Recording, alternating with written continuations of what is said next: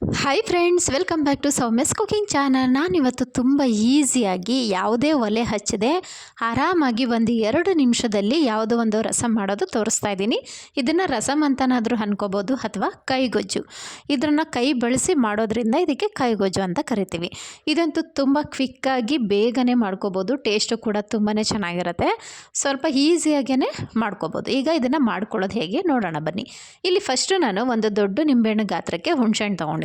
ಹುಣಸೆಹಣ್ಣ ನೀರಲ್ಲಿ ಕಿವುಚ್ಬಿಟ್ಟು ಚೆನ್ನಾಗಿ ರಸನ ತೊಗೋಬೇಕು.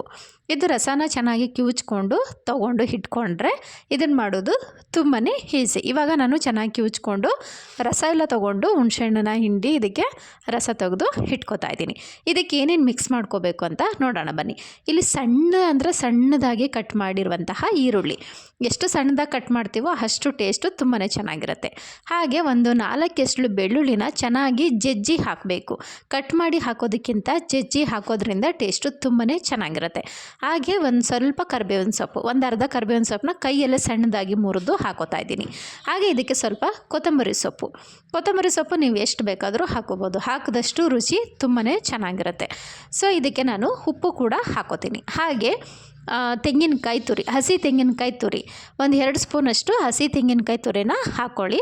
ಮತ್ತು ರುಚಿಗೆ ಎಷ್ಟು ಬೇಕಷ್ಟು ಉಪ್ಪನ್ನ ಹಾಕ್ಕೊಳ್ಳಿ. ಉಪ್ಪನ್ನ ನೋಡಿ ನೀವು ಹಾಕೋಬೇಕು. ಇದರಲ್ಲಿ ಹುಳಿ, ಉಪ್ಪು, ಖಾರ ಹದವಾಗಿದ್ದಷ್ಟು ಇದು ಗೊಜ್ಜು ತುಂಬಾ ಚೆನ್ನಾಗಿರುತ್ತೆ. ಸೊ ಈಗ ನಾನು ಸಾಂಬಾರ್ ಪೌಡರ್, ಅಂದರೆ ಡೈಲಿ ನಾವು ಯಾವ ಸಾಂಬಾರಿಗೆ ಯೂಸ್ ಮಾಡ್ತೀವೋ ಪೌಡರು, ಅದೇ ಸಾಂಬಾರ್ ಪೌಡರ್ನ ಒಂದು ಅರ್ಧ ಸ್ಪೂನಷ್ಟು ಇದಕ್ಕೆ ಸೇರಿಸ್ಕೊಂಡು ಕೈಯಲ್ಲಿ ನೀಟಾಗಿ ಕಿವುಚಿ ರೆಡಿ ಮಾಡ್ಕೋಬೇಕು. ಕೈಗೊಜ್ಜು ಅಂದಮೇಲೆ ಕೈಯಲ್ಲೇ ನಾವು ಕಿವುಚಿ ಚೆನ್ನಾಗಿ ರೆಡಿ ಮಾಡ್ಕೋಬೇಕು. ಇವಾಗ ರಸಮು ರೆಡಿ ಆಯಿತು ಅಥವಾ ಕೈಗೊಜ್ಜು ರೆಡಿ ಆಯಿತು. 2 ನಿಮಿಷದಲ್ಲಿ ನೀವು ಆರಾಮಾಗಿ ಕ್ವಿಕ್ಕಾಗಿ ಮಾಡ್ಕೋಬೋದು. ಡೈಲಿ ಅದೇ ಸಾಂಬಾರು ತಿಂದು ಬೋರ್ ಆಗಿದೆ, ಇದು ಕಾಳು ಸಾಂಬಾರುಗಳು ಅಥವಾ ಸೊಪ್ಪು ಸಾಂಬಾರು ಇದೇ ತಿಂದು ಬೋರ್ ಆಗಿದೆ ಅನ್ನೋರು ಈ ರೀತಿ ಮಾಡಿಕೊಂಡು ಒಂದೊಳ್ಳೆ ಟೇಸ್ಟು ಚೆನ್ನಾಗಿರುತ್ತೆ. ಬಿಸಿಗೆ ಒಂದು ಸ್ವಲ್ಪ ತುಪ್ಪ ಹಾಕ್ಕೊಂಡು ಇದನ್ನು ಸರ್ವ್ ಮಾಡಿ ತಿಂತಾಯಿದ್ರೆ ಅದ್ರ ಟೇಸ್ಟು ತುಂಬಾ ಚೆನ್ನಾಗಿರುತ್ತೆ. ಸೊ ಇದು ನಿಮಗೂ ಇಷ್ಟ ಆಯಿತು ಅಂತ ಅನ್ಕೋತೀನಿ. ಇಷ್ಟ ಆಗಿದ್ರೆ ಒಂದು ಸರಿ ಟ್ರೈ ಮಾಡಿ ಹೇಗೆ ಬಂತು ಅಂತ ಕಮೆಂಟ್ ಸೆಕ್ಷನಲ್ಲಿ ಕಮೆಂಟ್ ಹಾಕೋದನ್ನು ಮರಿಬೇಡಿ.